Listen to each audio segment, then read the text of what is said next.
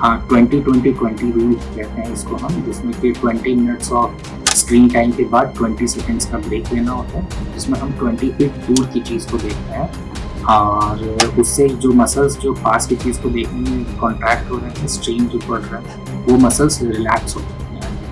मोतियाबिंद बेसिकली दो तरह का होता है, काला मोतियाबिंद और सफ़ेद मोतियाबिंद। काला मोतियाबिंद को हम लोग ग्लोकोमा बोलते हैं, सफ़ेद मोतियाबिंद को कैटरेक्ट बोलते हैं।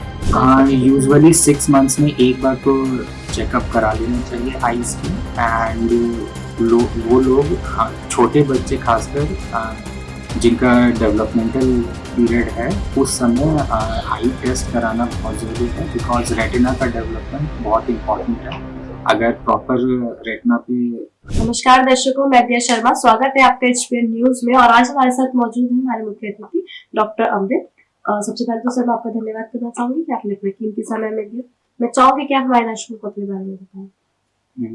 थैंक यू मुझे यहाँ इन्वाइट करने के लिए। मेरा नाम डॉक्टर अमृत है और I am the owner and co founder of Vegifert eye hospital and Vegifert IVF hospital. And हमारा हॉस्पिटल मेनली नोएडा में है, सेक्टर 121। इसके अलावा इसका एक ब्रांच जेवर में है और एक ब्रांच झारखंड गोड्डा में है।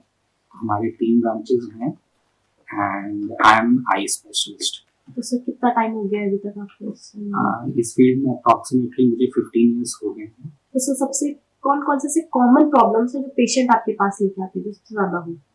आजकल मोस्टली लोग ड्राई आई के लिए काफ़ी आ रहे हैं, क्योंकि गर्मी का सीजन आ गया है एंड एलर्जिक कंजंक्टिवाइटिस या रेड आइज के साथ लोग काफ़ी आते हैं। बेसिकली जैसे पूरे बॉडी को गर्मी के टाइम में लोग हाइड्रेटेड रखने ज़रूरी है, उसी तरह आइज को भी हाइड्रेटेड या लुब्रिकेटेड रखना ज़रूरी है। तो लुब्रिकेटिंग आई ड्रॉप्स यूजुअली लोगों को डालना चाहिए गर्मी के मौसम में। इससे एलर्जिक कंजंक्टिवाइटिस भी होने के चांसेस नहीं रहते। सर जैसे किसी को बहुत ज्यादा खुजली हो रही है, जलन हो रही है, तो उस टाइम पे उन्हें क्या करना चाहिए या किस रीजन से होता है? एक बार दिखाना तो जरूर चाहिए आई स्पेशलिस्ट को। एंड मेनली ये प्रॉब्लम जो होती है वो ड्राइनेस के कारण होती है, तो एक बार दिखाने के बाद पता चलेगा एंड देन हम लोग उसके अकॉर्डिंग दवाइयाँ स्टार्ट कर सकते हैं। तो सर कोई रेगुलर चेकअप भी रहता है कि कितने टाइम? यूजुअली 6 मंथ्स में एक बार तो चेकअप करा लेना चाहिए आईज की। एंड वो लोग छोटे बच्चे खासकर जिनका डेवलपमेंटल पीरियड है, उस समय आई टेस्ट कराना बहुत ज़रूरी है, बिकॉज रेटिना का डेवलपमेंट बहुत इम्पोर्टेंट है। अगर प्रॉपर रेटिना पे इमेज नहीं बन रहा है तो वो रेटिना का डेवलपमेंट नहीं हो पाता, इसलिए उनका टेस्ट कराना ज़रूरी है। और बड़ों में जिन लोगों को डायबिटीज़ है या हाइपरटेंशन है या कार्डियक कोई प्रॉब्लम है, तो उनका भी 6 मंथली रेगुलर आई टेस्ट कराना ज़रूरी है। कई बार पता नहीं होता है, पीछे रेटिना में कुछ प्रॉब्लम हुआ होता है बिकॉज ऑफ डायबिटीज, कोई स्वेलिंग हो गई तो वो रह जाता है, तो उसका समय पे ट्रीटमेंट करना जरूरी है। सर हम देखते हैं आजकल जो नॉर्मल जनरेशन है, स्क्रीन टाइम बहुत ज्यादा बढ़ गया है, चाहे वो सिस्टम पे हो, वर्किंग आवर्स हो या फोन टाइम पर हो, तो वो कितना इफेक्टिव है आइज के लिए? आजकल एक नया डिजीज नहीं बोलेंगे, टर्म बोलेंगे, कंप्यूटर विजन सिंड्रोम आया है, जिसमें कि लोगों का बहुत लॉन्ग स्टैंडिंग कंप्यूटर वर्क या स्क्रीन टाइम ज़्यादा होता है, तो उनमें ये प्रॉब्लम्स होती हैं, जिसमें बेसिकली आइज पे स्ट्रेन पड़ता है, वाटरिंग होती है, जलन रहता है, तो पेन होता है, ये सब कंप्यूटर विजन सिंड्रोम में होता है। और इसको अवॉइड करने के लिए बेसिकली स्क्रीन टाइम कम से कम हमें रखना चाहिए। 20-20-20 रूल कहते हैं इसको हम, जिसमें कि 20 मिनट्स ऑफ स्क्रीन टाइम के बाद 20 सेकेंड्स का ब्रेक लेना होता है, जिसमें हम 20 फीट दूर की चीज़ को देखते हैं और उससे जो मसल्स जो पास की चीज़ को देखने में कॉन्ट्रैक्ट हो रहे हैं, स्ट्रेन जो पड़ रहा है, वो मसल्स रिलैक्स हो जाते हैं। तो ये इम्पॉर्टेंट है। बाकी आपके पोस्चर भी इम्पॉर्टेंट है कंप्यूटर विजन सिंड्रोम में। जहाँ पे आप कंप्यूटर वर्क कर रहे हैं वहाँ वेल लाइटिंग होना चाहिए।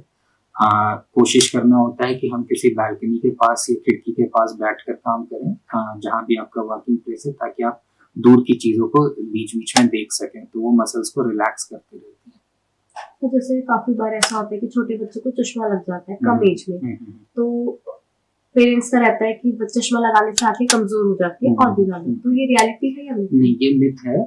चश्मा लगाने से बेसिकली जरूरी है चश्मा लगाना बच्चों को, अगर उसका चश्मा का नंबर है तो, बिकॉज वो इम्पोर्टेंट है उसके रेटिना के डेवलपमेंट के लिए। दूसरा ये है कि बच्चों को भी स्क्रीन टाइम अवॉइड करना चाहिए, और खासकर रात के समय अंधेरे में स्क्रीन टाइम बिल्कुल भी नहीं होना चाहिए बच्चों का।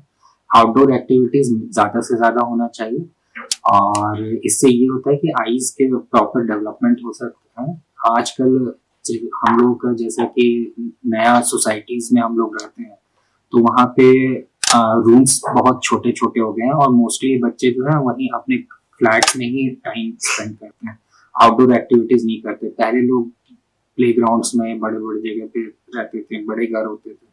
तो आजकल जो है वो छोटा एनवायरनमेंट होने के कारण आईज का प्रॉपर डेवलपमेंट नहीं हो पाता है, तो उस केस में चश्मे का नंबर आने के चांसेस होते हैं। तो एक तो एनवायरनमेंट थोड़ा सा जितना इम्प्रूव कर सके करना चाहिए, बाकी चश्मा का नंबर अगर है तो देना चाहिए। इसके अलावा हम लोग अपने यहाँ विजन थेरेपी कराते हैं, जिसमें कि हम लोग एक्सरसाइजेस कराते हैं बच्चों का, ताकि उसके चश्मे के नंबर और ना बढ़े, और थोड़ा बहुत नंबर है तो वो रिवर्स भी हो जाता है थेरेपी से। दूसरा कुछ आई ड्रॉप्स हम लोग देते हैं जिससे कि चश्मा का नंबर नहीं बढ़ता है, और आजकल कुछ नए चश्मे भी आ गए हैं जिसको हम माइक्रो कंट्रोल ग्लासेस बोलते हैं। उन चश्मों को पहनने से भी चश्मा का नंबर नहीं बढ़ता है, रुक जाता है। और आफ्टर 18 इयर्स ऑफ एज हम लोग लेसिक प्रोसीजर से चश्मा का नंबर हटा सकते हैं इजीली। तो जैसे आपने लास्ट में बताया सर्जरी के बारे में, तो वो लेसिक है क्या और किस तरीके से इसका लेसिक में बेसिकली हम लोग लेजर के द्वारा कॉर्निया का कर्वेचर को चेंज करते हैं, थोड़ा फ्लैटनिंग करते हैं, ताकि जो इमेज रेटिना पे नहीं पड़ रहा है वो इमेज रेटिना पे ही आके बने। और ये काफी सेफ सर्जरी है। अभी बहुत सारे एडवांसेस हो गए हैं, बहुत तरह के लेसिक आ गए हैं आजकल। इतने सारे इन्वेस्टिगेशंस होते हैं सर्जरी से पहले, बेसिक प्रोसीजर से पहले, कि हम इंश्योर करते हैं कैलकुलेशंस करके कि चश्मा का नंबर पूरा हट जाए, कुछ ना रहे, और ऑलमोस्ट नेग्लिजिबल चांसेस है कि चश्मा का नंबर रहता है और लेसिक प्रोसीजर के बाद। और 18 इयर्स के एज के बाद कोई भी अपना लेसिक प्रोसीजर करा सकते हैं। आजकल तो प्रेसबैपल लेसिक भी आ गए हैं, जिसमें कि हम 40 इयर्स के बाद भी लेसिक कर सकते हैं कुछ लोगों का। and LASIK is absolutely safe surgery, and there are almost कोई चांस नहीं है कि इसमें कोई साइड इफेक्ट हो। सर जैसे काफी बार लोगों का कंसर्न रहता है कि सर्जरी के बाद भी प्रॉब्लम हो सकती है आई, या किसी तरीके की जलन होना, या कोई भी इन्फेक्शन हो सकता है, तो ये रियलिटी है या मिथ है?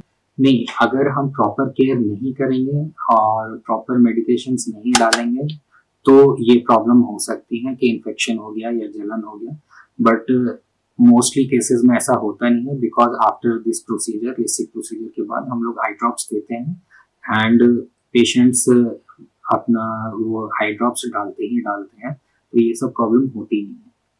सर इसी के साथ एक मेरा जो नेक्स्ट क्वेश्चन है, एक होता है मोतियाबिंद, एक होता है काला मोतिया। मोतियाबिंद जो होता है वो एक एज के बाद होता है, लाइक 50 या 60 के अबव एज को, लेकिन काला मोतिया ऐसे जो वो किसी भी एज के पर्सन को हो सकता है, और उसके कोई साइड इफेक्ट भी नहीं होते हैं, कोई सिम्टम्स भी नहीं होते हैं, तो क्या है ये बिल्कुल? हाँ, मोतियाबिंद बेसिकली दो तरह का होता है, काला मोतियाबिंद और सफेद मोतियाबिंद। काला मोतियाबिंद को हम लोग ग्लोकोमा बोलते हैं, सफेद मोतियाबिंद को कैटरेक्ट बोलते हैं। ये दोनों ही मोतियाबिंद किसी भी एज ग्रुप में हो सकता है, बट ये सफेद मोतियाबिंद या कैटरेक्ट मोस्टली ओल्ड एज में होता है, लेकिन छोटे बच्चों में भी, न्यू बॉर्न बेबीज में भी होने के चांसेस होते हैं, अगर कोई साथ में इन्फेक्शन हुआ हो ड्यूरिंग डिलीवरी, या फिर बाद में कोई इन्फेक्शन हुआ हो, या कोई ट्रॉमा हुई हो, तो बच्चों में भी हो सकता है और यंग एज में भी हो सकता है। खासकर जो वो लोग जिनको ट्रॉमा हुआ हो, या फिर किसी को डायबिटीज है, या कोई और अंडरलाइंग कॉज है जिसके कारण यंग लोगों को भी सफेद मोतियाबिंद कैटरेक्ट हो सकता है। कैटरेक्ट कंप्लीटली ट्रीटेबल है, उसको हम लोग सर्जरी करके वो सफेद मोतियाबिंद या सफेद जो लेंस है उसको हटाकर वहाँ क्लियर लेंस लगा देते हैं, जिसके बाद पेशेंट को क्लियर दिखने लगता है। अब हम बात करें अगर ग्लोकोमा की, तो glaucoma is the leading cause of irreversible blindness in the world. मतलब जो डैमेज हो चुका ग्लोकोमा के कारण किसी पेशेंट में, वो ना किसी दवाई से, ना किसी लेजर से, ना किसी सर्जरी से वापस रिवर्स किया जा सकता है। वो लॉस परमानेंट लॉस होता है।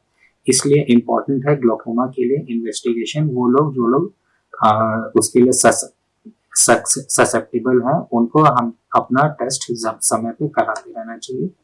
और नॉर्मल लोगों को भी स्क्रीनिंग कराना चाहिए ग्लोकोमा का। ग्लोकोमा भी छोटे बच्चों को भी हो सकता है सिंस न्यूबॉर्न, और यंग एज में भी हो सकता है जिसको हम जुवेनाइल ग्लोकोमा बोलते हैं, और ओल्ड एज में भी हो सकता है ग्लोकोमा। ग्लोकोमा अगर समय पे अगर हमें पता चल गया तो हम उसको समय पे दवाई दे करके वहीं पे रोक सकते हैं, या अगर दवाई से नहीं रुका तो लेजर कर सकते हैं या सर्जरी कर सकते हैं। बट वो it can be stopped at the stage जहाँ पे कि हमें पता चल रहा है कि ग्लोकोमा है, लेकिन उसका loss can not be reversed. Sir जैसे हम देखते हैं कि अक्सर लोग धूप में जाते हैं तो चश्मा सन ग्लासेस वगैरह पहनते हैं, तो वो सेफ है, वो सही हाँ है? हाँ, वो पहनना चाहिए। धूप से नुकसान होता है आईज में, रेटिना पे भी प्रॉब्लम हो सकता है, और धूप से जो यूवी लाइट होती है उनसे भी प्रॉब्लम हो सकता है। टेरिजियम भी हो सकता है जिसको हम लोग नखुना बोलते हैं। तो ये सब प्रिवेंट हो सकता है अगर हम काला चश्मा लगा के या शेड्स लगा के धूप में निकले तो। और ड्राइनेस तो डेफिनेटली नहीं होता, ड्राई आई से भी ये बचाता है। सर जैसे काफी डाइट भी इसमें फॉलो करनी चाहिए अगर आपको से रिलेटेड कोई प्रॉब्लम है तो कौन कौन सी इसमें ऐसे डाइट वगैरह रहती है? हेल्दी डाइट तो हमेशा ही लेना चाहिए, खासकर वो डाइट जिसमें एंटीऑक्सीडेंट रिच फूड हो। वो डाइट लेने से रेटिना का प्रॉपर मेंटेन रहता है। और जिन लोगों को शुगर है, डायबिटीज है, उनको डाइट कंट्रोल में रखना चाहिए। Because I is not only, मतलब आंख जो है सिर्फ शरीर के बाहर दुनिया को देखने के लिए ही नहीं, शरीर के अंदर भी क्या चेंजेस हो रहे हैं वो भी देखने के लिए।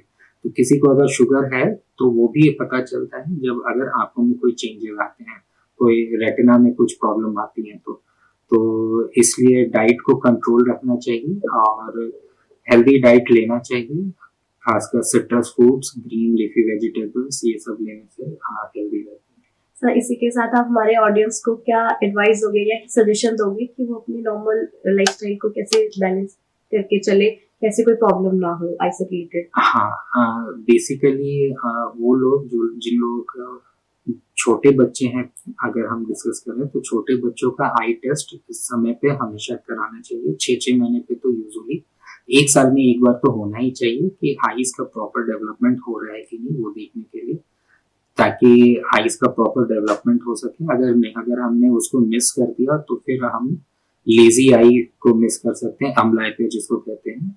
आगे चल के उसको अम्बलाइपिया हो सकता है बच्चों को। तो इसलिए समय पे आई बच्चों का टेस्ट होना चाहिए। बड़ों को जो कंप्यूटर पे ज्यादा काम जिनका रहता है उनको जो अभी मैंने एक्सरसाइजेस बताए हैं वो फॉलो करना चाहिए। स्क्रीन टाइम थोड़ा अवॉइड करना चाहिए और समय समय पे अपना टेस्ट कराना चाहिए। हेल्दी फूड जरूर खाना चाहिए, हेल्दी लाइफस्टाइल होना चाहिए।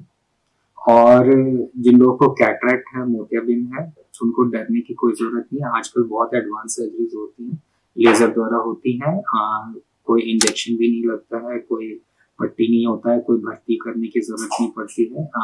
5 से 6 मिनट का सर्जरी होता है और इजीली बहुत आसानी से अपना सर्जरी करा के और वो अपने घर जा सकते हैं। तो वो अगर किसी को प्रॉब्लम है तो जरूर करा लेना चाहिए। वेट नहीं करना चाहिए कि मोतियाबिंद बहुत ही ज्यादा हो गया उसके। सर इसी के साथ मैं आपका धन्यवाद करना चाहूंगी कि आपने अपना कीमती समय हमें दिया। Thank you so much.